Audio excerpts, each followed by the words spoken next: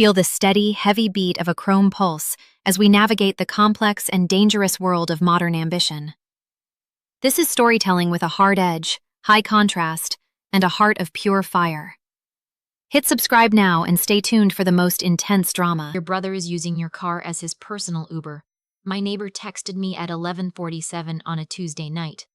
I was sitting in a hotel room in Denver, still in my work blazer, eating cold pad thai from a container. I read the message 3 times. Then I opened the Find My app on my phone and typed in the plate number I had registered 18 months ago when I bought my Jeep Grand Cherokee outright, cash, no cosigner, no help from anyone. The little blue dot was moving down Peachtree Street in Atlanta. It was not parked in my driveway where I had left it. It was not at a grocery store. It was moving through my neighborhood at 11 p.m. on a Tuesday, making stops every 8 to 12 minutes. Classic Uber surge pricing behavior. I set my food down and stared at the ceiling for a long time. My brother Damon had borrowed my car 6 weeks ago. I want to be precise about that word. Borrowed. He had called me the morning I was leaving for a 3-day work trip, told me his truck was in the shop, asked if he could use my Jeep just to get back and forth to his job site. 3 days, he said. Maybe 4. I'll fill the tank, he said. You won't even notice it's gone. That was 6 weeks ago. Every time I asked about it, there was a new reason. The truck needed a part they had to order. Then the part came in wrong. Then the mechanic was backed up. Then Damon had a family thing and couldn't coordinate the swap. Then I was busy. Then the holidays. 6 weeks of reasons stacked on top of each other like a pile of unpaid bills, and I had let it happen because Damon was my little brother and I kept telling myself it was not a big deal. The blue dot stopped at an intersection on Ponce de Leon. 8 minutes later, it moved again. I put the pad thai in the mini fridge and opened my laptop. Here is the thing about me that my family has never fully understood. I am a logistics coordinator for a mid-sized medical device company. My entire job is moving complicated things from point A to point B without anything going wrong. I build contingency plans. I document everything. I do not panic. When a problem appears, I go quiet and I start thinking about systems. Damon and my mother, Rochelle, had always mistaken my calmness for passivity. They thought quiet meant pushover. They thought organized meant controllable. For most of my 20s, I let them think that because it was easier than fighting. But I was 31 years old. I had just gotten back from my 3rd work trip in 4 weeks, and I was watching my car ferry strangers around Atlanta at midnight. I was done being easy. I need to back up and explain something about my family so the next part makes sense. I am the oldest of 3. Damon is 27. My sister Bree is 24. Our mother raised us alone after our father left when I was 9, and she did an extraordinary job considering the circumstances. I say that without sarcasm. She worked double shifts, she kept the lights on, she showed up to every school thing she could. I respect what she sacrificed, I genuinely do. But somewhere in the survival math of a single mother stretching herself thin across 3 kids, a hierarchy got established. I was the responsible one, the one who did not need things explained twice, the one who helped with the younger 2, the one who got a scholarship and left for college without asking for a dime. My competence became the family's infrastructure, and infrastructure, as anyone in logistics knows, only gets noticed when it fails. Damon was the one who needed things. Not because he was malicious, not at first, but because the family had always organized itself around his needs. He dropped out of community college twice. He had 4 jobs in 3 years. He was funny and charming and everyone loved him, and those qualities kept covering for the trail of small disasters he left behind. Mom would call me. Can you spot him $200 just until Friday? Can he stay with you for a few weeks while he figures things out? Can he borrow your car just for a few days? And I always said yes because I loved my brother and because saying no felt like betraying the version of our family that had survived on mutual aid. But 6 weeks. I pulled up the Uber driver registration database, which is publicly searchable if you know what you are looking for, and entered the license plate number. His name came up in 40 seconds. Damon had registered as a rideshare driver using my vehicle, my insurance, my registration, without telling me, without asking, without any acknowledgement that what he was doing was not legal, was not safe, and was not something I had agreed to in any version of our conversation about borrowing my car for 4 days. I sat with that information for a moment. I felt the specific kind of anger that is very cold and very clear. The kind that does not make you want to yell but makes every thought suddenly precise and useful. I had two options. I could call him right now, demand the car back, start a fight that would end with Rochelle calling me selfish and Bree caught in the middle. Or I could think like a logistics coordinator and handle this the way I handled every other problem that landed on my desk, with documentation, with systems, and with a solution that was airtight before anyone knew it was coming. I opened a new document on my laptop. First, I screenshotted the GPS location history for the past 6 weeks. The app stored movement data, and looking at it now, I could see exactly when Damon started driving for Uber. It was day 9. He had used my car as his personal vehicle for 9 days and then started monetizing it. Second, I called my insurance company. It was after midnight, but they had a 24-hour line. I explained that my vehicle had been in the possession of someone else for an extended period and that I had reason to believe it was being used for commercial rideshare activity. The representative walked me through what this meant. If someone was injured in my vehicle during a commercial trip, I could be held liable. My personal auto policy explicitly excluded commercial use. If there had been an accident, I was exposed. She flagged the account and noted the date and time of my call. Third, I looked up my brother's earnings. I know this sounds intrusive, but when you register a vehicle for rideshare under someone else's insurance, you create a paper trail. Uber driver earnings are visible to the account holder's email. Damon had linked his driver account to an email address I recognized, one he had been using since high school because he had asked me to help him set it up when he was 16. I still remembered the password. He had never changed it. I want to be transparent that I only looked at what was relevant to the situation. I was not trying to surveil my brother's personal life. I needed to understand the scope of what had happened, and what I found was that in 6 weeks, Damon had made just under $4,000 driving my car. $4,000, zero of which came to me, zero of which went to gas money beyond whatever he was putting in to keep the tank functional, zero of which acknowledged that he was operating a business on my asset, my insurance risk, my registration. I closed the laptop and did something I had not done in a long time. I cried. Not from sadness exactly, more from a specific exhaustion of being the person who was always fine, always resourceful, always able to handle it, and realizing that everyone in your family has been counting on that fact, not because they love you, but because it is convenient for them. Then I washed my face, went to bed, and slept 8 hours. In the morning, I had a plan. When I got back to Atlanta 2 days later, I texted Damon before my flight landed. "Hey, I'm coming home tonight. Can you make sure the car is in the driveway?" He said sure, absolutely. He'd have it back by 8. At 8 p.m., the car was not in the driveway. At 9 p.m., I texted him again. He said he just had one more ride. He'd be done in 20 minutes. I sat in my living room in the dark and understood something in that moment that I had been refusing to understand for a long time.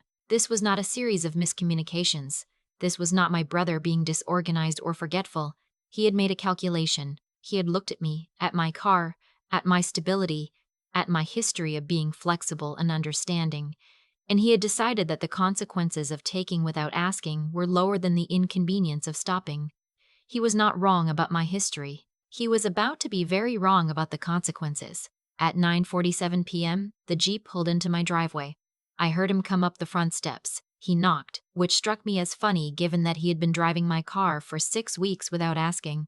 I opened the door. He looked good. He looked rested.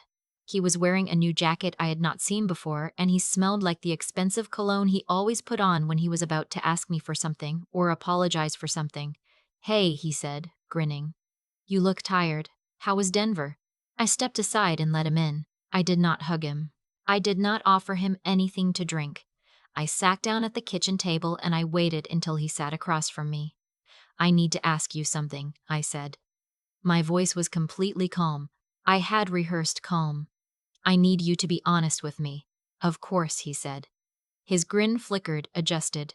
He could feel the temperature of the room. "Are you driving for Uber with my car?" The grin dropped. A lot of things moved across his face in about 2 seconds. Surprise, calculation, something that might have been shame, and then the thing I had been expecting, the pivot to justification.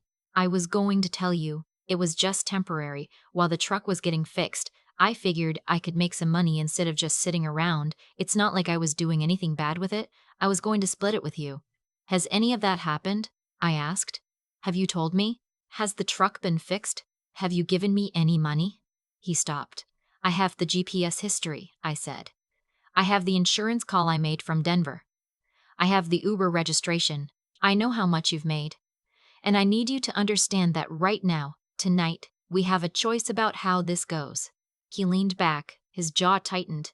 I saw the moment he decided to try a different angle. I was going to pay you back.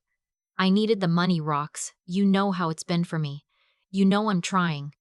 Mom said you had the spare car and you wouldn't even miss it. I want you to stop there, I said. I'm sorry, what? Mom knew about this? He looked at the table. That was my answer. I stood up and walked to the counter. I picked up the folder I'd prepared the night before. I'm a logistics coordinator. I prepare folders. I placed it in front of him and opened it. The first page was a vehicle usage agreement. It was not a lease. I had specifically drafted it as a commercial use licensing agreement, which meant it governed the terms under which a third party could operate a vehicle for profit. I had listed the 6 weeks, the mileage, the insurance exposure, and based on standard commercial vehicle rental rates in Georgia, the amount he owed me for authorized commercial use of my asset. The number was $38.40 and the number was $30.40. He looked at the paper for a long time. Are you serious? He said. I'm always serious, I said. That's kind of the thing about me. Rox, I don't have $4,000. I know, I said. So here's the alternative. I reached over and turned to page 2. You sign this acknowledgement. It documents what happened, confirms the unauthorized use, and sets up a repayment plan of $200 a month.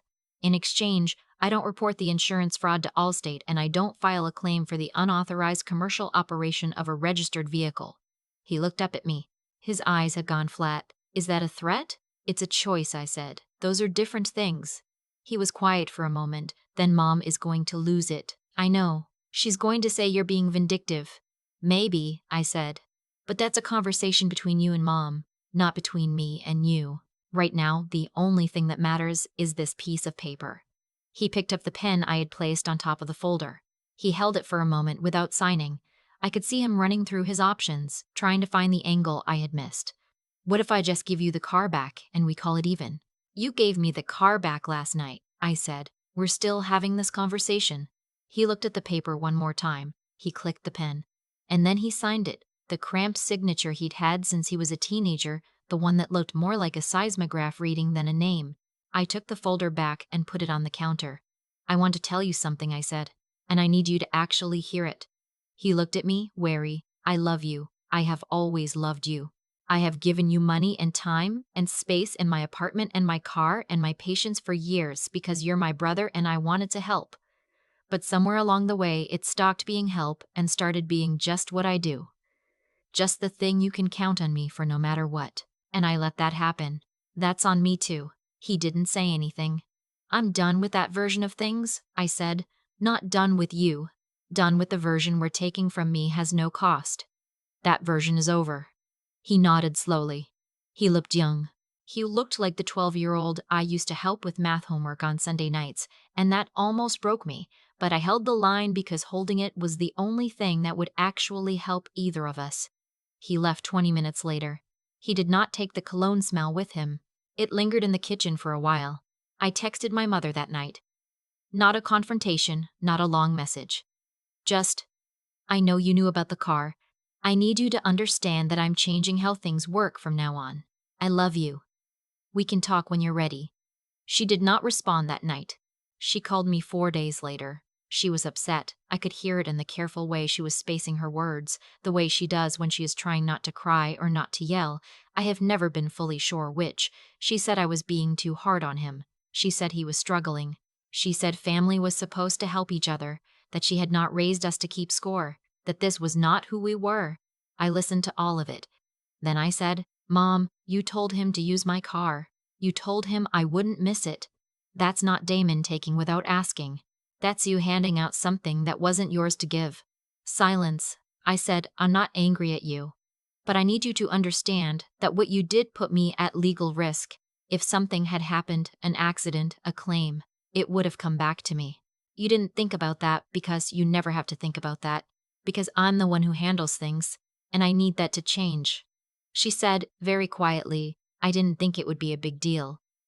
I know, I said. That's what I mean. We talked for a while longer. It was not a clean conversation. It was not the kind where everything gets resolved and everyone understands each other perfectly. Real conversations with family are never like that. But something shifted. I could feel it.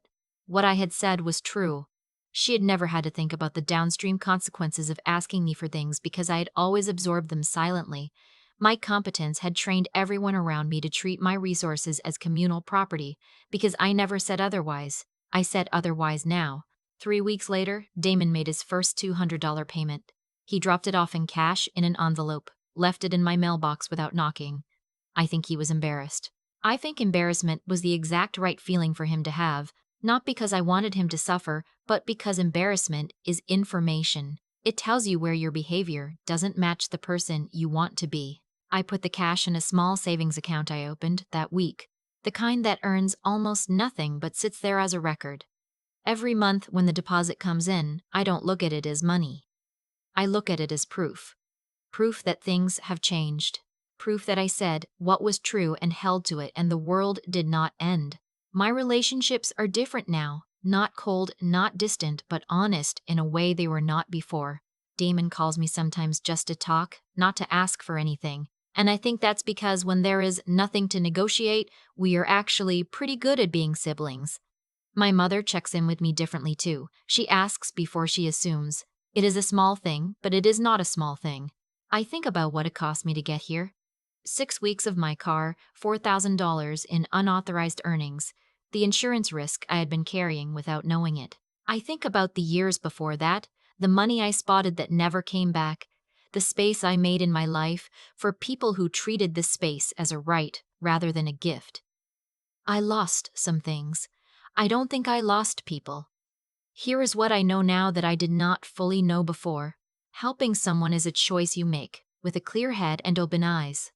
It is not the default setting that kicks in when you're the most capable person in the room. It is not the tax you pay for being stable. Real help has to be given freely, or it's not help. It's just extraction with a prettier name.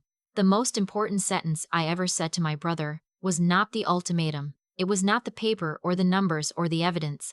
It was the thing I said after all of that. I love you, and this is changing. Both things at once, with equal weight, without apologizing for either one. That's the thing I keep coming back to. You can love someone and still draw the line. You can love someone and still let the consequences land. You can love someone and still say, this is not who I am willing to be anymore. That's not cold, that's not vindictive. That's just finally being honest about where you end and everyone else begins. I think about the version of myself that existed before all of this happened. The one who said yes automatically, who absorbed the inconvenience quietly, who told herself that being flexible was the same thing as being loving. That version of me was not a bad person. She was just someone who had never been asked to examine the difference between generosity and erosion. What happened with Damon did not come out of nowhere. That is the part I had to sit with honestly. The pattern had been building for years. Small asks that never quite resolved. Small debts that never quite got repaid. Small moments where I chose peace over truth. Because the conversation seemed like more trouble than the thing I was losing. Every time I made that choice, I was teaching everyone around me something. I was teaching them that taking from me was low risk, that I would recalibrate, reabsorb, move on, that my stability was a renewable resource they could draw from without consequence. That is not anyone's fault but mine. Damon is not a villain in this story. I want to be clear about that. He is a person who was handed a system that worked in his favor and used it. Most people would. The real question is never why someone takes advantage of an opening. The real question is why the opening existed for so long. What I had to develop was not anger. Anger came easily and left quickly and never changed anything. What I had to develop was the discipline to hold a position even when it was uncomfortable, even when Rochelle cried on the phone, even when part of me wanted to fold because folding felt like love and holding felt like coldness. That discipline is not something you wake up with. It is something you build, slowly, by making the harder choice again and again until it stops feeling hard. The $200 payment Damon puts in my mailbox each month is not really about money. The amount is almost beside the point. What it represents is accountability made visible. It is proof that a new set of rules exists and that they apply to everyone, including the people I love most. That is the part that matters. Not the cash. the reality of the consequence. There is something else I learned that I did not expect. When you stop being infinitely available, when you put a real limit on what you will absorb without acknowledgement, the people who actually love you do not leave, they adjust. Damon calls me now just to talk. Rochelle asks instead of assumes. The relationships did not collapse under the weight of honesty. They got a little more real, a little more equal. That surprised me more than anything else. I used to think that being the capable one meant being the one who never needed anything back. I thought that was strength. What I know now is that it was just a very convincing disguise for fear. Fear of conflict, fear of being seen as difficult, fear that if I stopped being useful, I would stop being loved. None of that turned out to be true. The car is in my driveway. The insurance is clean. The account I opened has 6 payments in it now, sitting there quiet and steady, and I am still my brother's sister, still my mother's daughter, still the same person I always was, just finally willing to say out loud what has always been true: I matter in this equation too.